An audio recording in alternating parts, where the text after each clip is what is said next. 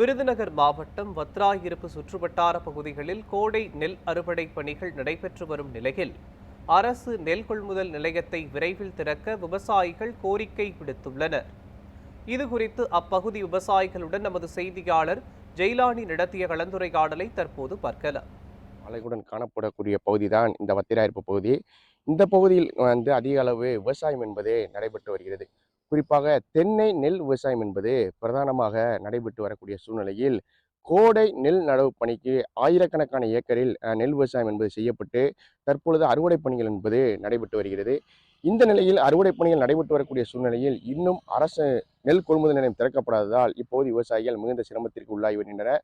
மேலும் சாலைகளில் நெற்களம் இல்லாததன் காரணமாக நெற்களை சாலையில் கொட்டக்கூடிய நிலை என்பது இருந்து வருகிறது. தொடர்ந்து ஒவ்வொரு காலமுறை அறுவடை பணிக்கும் இதே நிலை நீடித்து வருவதாக இப்பகுதி விவசாயிகள் வேதனை தெரிவிக்கின்றனர். இது குறித்து நம்முடைய பேசுவதற்காக வத்திராயிருப்பை சேர்ந்த விவசாயி கோவிந்தன் என்பவர்கள் அவருடன் கேட்கலாம். ஐயா வணக்கம்.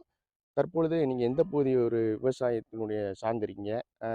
தொடர்ந்து ஒவ்வொரு கால முறைக்கும் நெல் கொள்முதல் நிலையம் திறக்கப்படாத இருக்கு. இதுக்கு நீங்கள் அரசுக்கு ஏதாவது கோரிக்கை வச்சிருக்கீங்களா? எதன் காரணமாக இன்னும் திறக்காமல் இருக்காங்க? ஐயா வணக்கம். நான் வத்திராயிருப்பு வாப்போதுப்பட்டி கிராமத்திற்கு சொந்தமான அனுப்பங்குளம் கிராமத்தில் விவசாயி.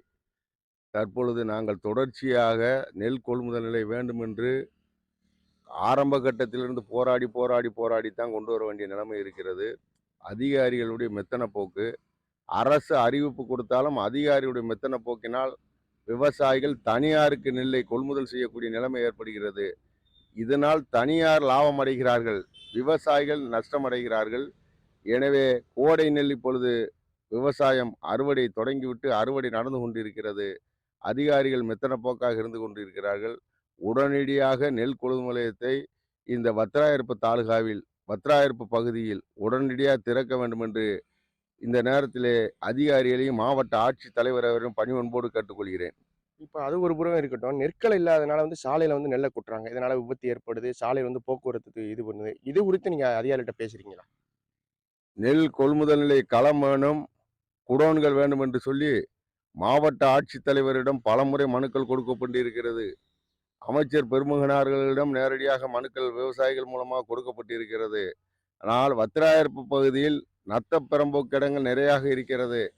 இதை நாங்கள் இடத்தை ஆய்வு செய்து கொண்டிருக்கிறோம் என்றுதான் ஆண்டாண்டுக்கு அந்த நெல் கொள்முதல் நிலையம் தேவைப்படுகின்ற பொழுது சொல்கிறார்களே தவிர, அதற்கப்புறம் அதிகாரிகள் அதில் முழு கவனம் எடுத்து நெல் கொள்முதல் நிலையம் களங்கள் எதுவும் அமைப்பதில்லை. இதனால் ரோட்டில் நெல்களை கொட்டி மக்கள் இடையூறு ஏற்படுகிறது. காவல்துறையும் நெருக்கடி கொடுக்கிறது. விவசாயிகள் விளைய வைத்தும் கடுமையான கஷ்டத்திற்கு ஆளாக்கப்படுகிறார்கள். எனவே கொள்முதல் நிலையம் உடனடியாக கட்ட வேண்டும் என்று கேட்டுக்கொள்கிறேன். வத்திராயிருப்பு பகுதி என்பது பிரதானமாக நெல் விவசாயம் என்பது நடைபெற்று வரக்கூடிய பகுதி. குறிப்பாக கூமாப்பட்டி, கான்சாபுரம், தம்பிப்பட்டி, கோட்டையூர் உள்ளிட்ட பகுதிகளில் ஆயிரக்கணக்கான ஏக்கரில் நெல் விவசாயம் என்பது செய்யப்பட்டு தற்பொழுது அறுவடை பணி நடைபெற்று வரக்கூடிய சூழ்நிலையில் அதிகாரிகள் உடனே அரசு நெல் கொள்முதல் நிலையத்தை திறக்க வேண்டுமென இப்பகுதி விவசாயிகள் கோரிக்கை விடுத்துள்ளனர். நியூஸ் 7 தமிழுக்காக